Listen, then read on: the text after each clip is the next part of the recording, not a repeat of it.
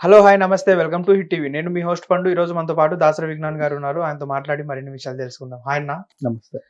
అన్న ఇప్పుడు 'big boss' storm అంటే వైల్డ్ స్ట్రోమ్ వచ్చిన దగ్గర నుంచి అంటే 'బిగ్ బాస్' ఇక్కడి దాకా ఉన్న 'బిగ్ బాస్' ఒక రేంజ్‌కెళ్ళింది.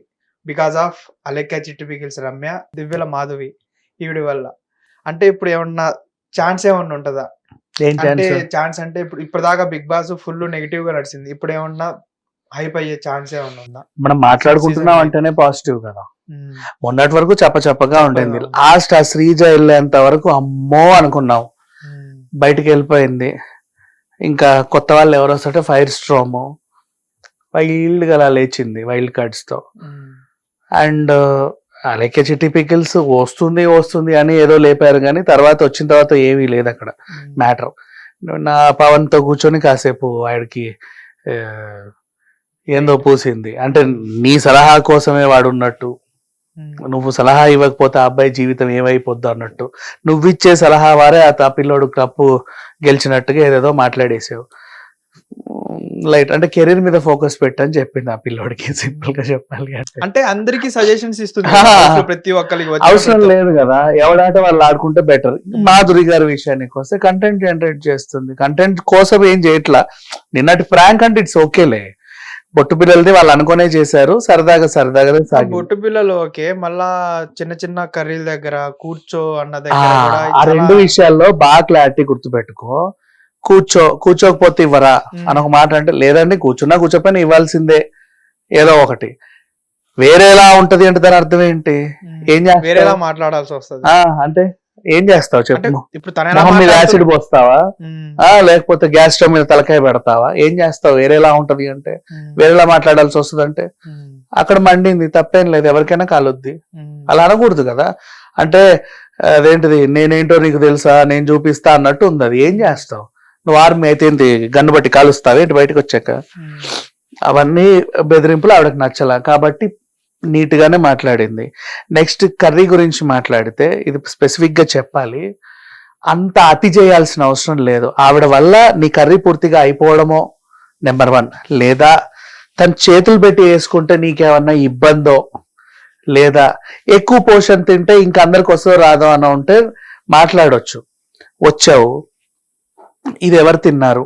మాధురి తినింది. మేడం మీరు ఎగ్ దోశతో పాటు కర్రీ తిన్నారా? అవునమ్మా ఇంత తిన్నాను. ఓకే, నెక్స్ట్ టైం తినాలనుకున్నప్పుడు ఒకసారి అడగండి ప్లీజ్ అంటే మేము ఒక రూల్ పెట్టుకున్నాం. అయ్యో పర్లేదమ్మా అడుగుతా, అంతటితో అయిపోతుంది. ఎట్లా తింటావు అదేంటి నన్ను అడిగావా? నీ రెచ్చిపోవడం అంత అవసరం ఏముంది? కాబట్టి ఆమె రెచ్చిపోయింది, అంతే కదా. అండ్ నెక్స్ట్ అప్పటికి ఒక మాట అనింది, నేను కూడా ఒక మదర్నే, నాకు తెలుసు. ఇన్నాఫ్ అక్కడితో అది ఆన్సర్ వచ్చేసింది అక్కడ నీకు. అయినా సరే నువ్వు ఎట్లా వేసుకుంటావు ఏంటది? నువ్వు ఒక ఇదిలా మీద పడిపోతే నిన్నేం అనకూడదా? ఇక్కడ ఏంటంటే మీకు చాలా విషయాల్లో గుర్తుపెట్టుకో, బయట ఎక్కడైనా సరే, not only Bigg boss house, అరిచే వాళ్ళది కనిపిస్తా ఉంటది కానీ వాళ్ళని గిల్లే వాళ్ళకి తెలియదు. ఎవరికి గిల్లేసి ఊరుకుంటారు సినిమా. వీళ్ళు అరుస్తుంటే మనకు వాళ్ళదే తప్ప అనిపిస్తుంది. ఇక్కడ జరిగింది అదే. అంత రెచ్చిపోవాల్సిన అవసరం లేదు. షీజ్ ఎ మదర్ అని చెప్పింది. వేసుకుంది కూడా ఒక స్పూనే. పోనీ అది కూడా చేయి పెట్టేసుకుంటే నువ్వేమన్నాను, ఆమె ఏమన్నా అందులో పడితేను, ఇంకేమన్నా పోనీ వేసుకొని వదిలేస్తాను అయినా సరే యాక్సెప్టబుల్. నీకు వద్దనుకున్నప్పుడు ఎందుకు వేసుకున్నావని. ఇవన్నీ కాకుండా తను తినింది, కూర్చుంది, ఒక ఎగ్గు దోశమ్మా ఇంత కర్రీ జస్ట్ ఏదో రంచుకోవడానికి బాగుంది కదా అని ఒక స్పూన్ వేసుకుంది. అది రూల్ అని అప్పటి వరకు ఆమెకు తెలియదు. నువ్వు రెచ్చిపోయి మీద పడి కరిచేంత వరకు తెలియదు ఆమెకి. సరే నువ్వు కరిచేసావు, కరిచిన తర్వాత అయినా సరే నువ్వు అర్థం చేసుకోవాలి కదా ఆమె చెప్పేది. అయినప్పటికీ కూడా లేదు, నీ వాదన నీది అసలు ఏంటి, వాట్ ఈస్ దిస్ మీద పడిపోతున్నావు. కంటెంట్ కోసం నువ్వు క్రియేట్ చేస్తున్నావు. తింటా లేకపోతే లేదు సావండి అని ఆవిడనింది. అంటే తిండి మీద విరక్తి కలిగించేలా చేయకూడదు కదా మనిషికి. అదొక హౌస్, వాళ్ళందరికీ తెలుసు హౌస్ హార్మోని ఎలా మెయింటైన్ చేయాలనేది. కామనర్ గా నువ్వు బయట నుంచి వచ్చావు, నీకు తెలియదు. షూటింగ్ వాళ్ళందరూ సర్దుకుంటారు. అండ్ దివ్యల మాదిరికి షూటింగ్ ఎక్స్పీరియన్స్ లేకపోయినా ఓ టైప్ ఆఫ్ కామనరే అయినప్పటికీ జర్నీ ఎక్స్పీరియన్స్ చాలా ఉంది. చాలా జర్నీస్ చేసింది కదా. మనం ఏదైనా జర్నీస్కి వెళ్ళినప్పుడు ఇంత ఉంటే అందరం సర్దుకొని తింటాం. ప్రజెంట్ ఈ ముద్దతో ఆకలి ఆపుకోను, దాహం తీర్చుకోను, ఒక బాటిల్ వాటర్ ఉంటే అందరం కొంచెం తాగుతాం. ఒకడే మొత్తం తాగేసి దాహం చేయడం, సింపుల్ తాగేసి దగ్గరలో నెక్స్ట్ ఎక్కడైనా ఆగినప్పుడు మనస్ఫూర్తిగా అన్ని తిందాం అనుకుంటారు, అందరికి న్యాయం చేస్తాం. షూటింగ్ వాళ్ళు కూడా అలాగే సర్దుకుంటారు, వాళ్ళకి అలవాటు. జర్నీస్ చేసే వాళ్ళకి కూడా వాళ్ళకి అది అలవాటు. నువ్వు ఎక్కడి నుంచో వచ్చి ఎందుకు వచ్చావో తెలియదు, ఇట్లాంటివన్నీ చేయకూడదు. ఆ పిల్లదే తప్పు.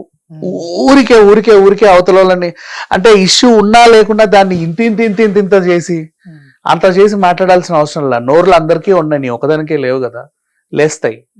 అట్లా రెచ్చగొట్టకూడదు. ఇంకొకటి ఇప్పుడు అలేఖ్య చిట్టి పికిల్స్ రమ్య, ఈ అమ్మాయి అసలు బిగ్ బాస్ హౌస్ లోకి వచ్చిన దగ్గర నుంచి వాళ్ళని ఇలా ఉండు అలా ఉండు, నువ్వు ఇది మార్చుకో, అవసరమా అనిపిస్తుంది బయట వాళ్ళందరూ. అది ఏంటో ఈ పిల్లని అందరికి సలహాలు ఇవ్వడానికే పంపినట్టుంది. వీకెండ్ లో నాగార్జున సార్ ఎలాగో చెప్తాడమ్మా అన్ని, మధ్యలో నువ్వు సలహాలు ఇవ్వాల్సిన అవసరం లేదు. ఆ పిల్ల ఏదైనా బయట స్ట్రాంగే, అంత నెగిటివిటీని నువ్వు ఎదుర్కొన్నావంటే నువ్వు పిచ్చే స్ట్రాంగ్, ఐ యాక్సెప్ట్ దట్. వస్తున్నప్పుడు కూడా యాక్చువల్గా చూడు, అప్పటిదాకా పడిపోయిన టీఆర్పీ నువ్వు వస్తున్నావనే లేసింది. అంటే నువ్వు దానికి తగ్గట్టు ఏదో ఇరగదీస్తావేమో అనుకుంటే ఏమీ లేదు అక్కడ. సంథింగ్ ఏదో సోగా వెళ్ళిపోతుంది. బట్ ఈ వీకెండ్ ఎవడు ఎలిమినేట్ అవుతాడు అంటే ఇనఫ్ అబ్బా. పిల్లోడు రామ్ రాథోడ్ ఇప్పుడు 7 weeks అయిందా? అవును, చాలే, 6 weeks అయింది. చాలు ఇనఫ్. నేనేమి ఇవ్వట్లా కంటెంట్. మనము ఆ అగ్ని పరీక్షను తరమడానికే మనకి ఇంతకాలం పట్టింది, అవునా? ఆ పిల్లోడి వల్ల ఏం లేదు. వచ్చినందుకు 7 weeks అంటే మహామహులు ఉన్నారు ఈ పాత సీజన్స్ లో. 6 weeks 7 weeks మహామహులు ఉన్నారు.